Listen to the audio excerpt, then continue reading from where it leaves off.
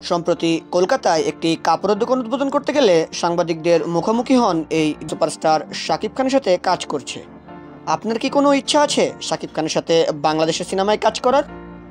জবাবে কোয়েল মল্লিক বলেন, দেখুন, আমি এখন সংসার নিয়ে আমার বাচ্চা নিয়ে ব্যস্ত আছি, খুব বেশি কাজে মনোযোগী হতে পারছি না।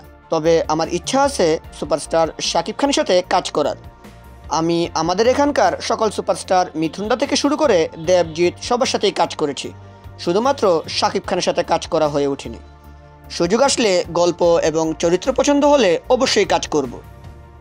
তখন সাংবাদিকরা বলেন, ঈদে শাকিব খানের রাজকুমার সিনেমা মুক্তি পাচ্ছে, আপনি কি শাকিব খানের কোনো আপডেট রাখেন?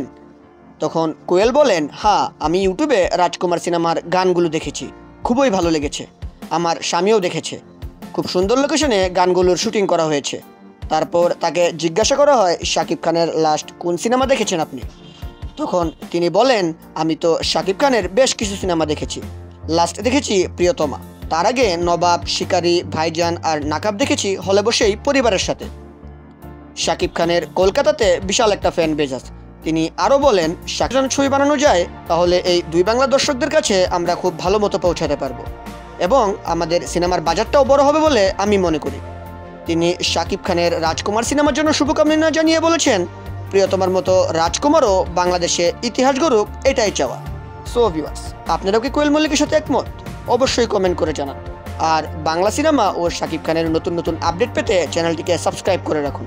ধন্যবাদ।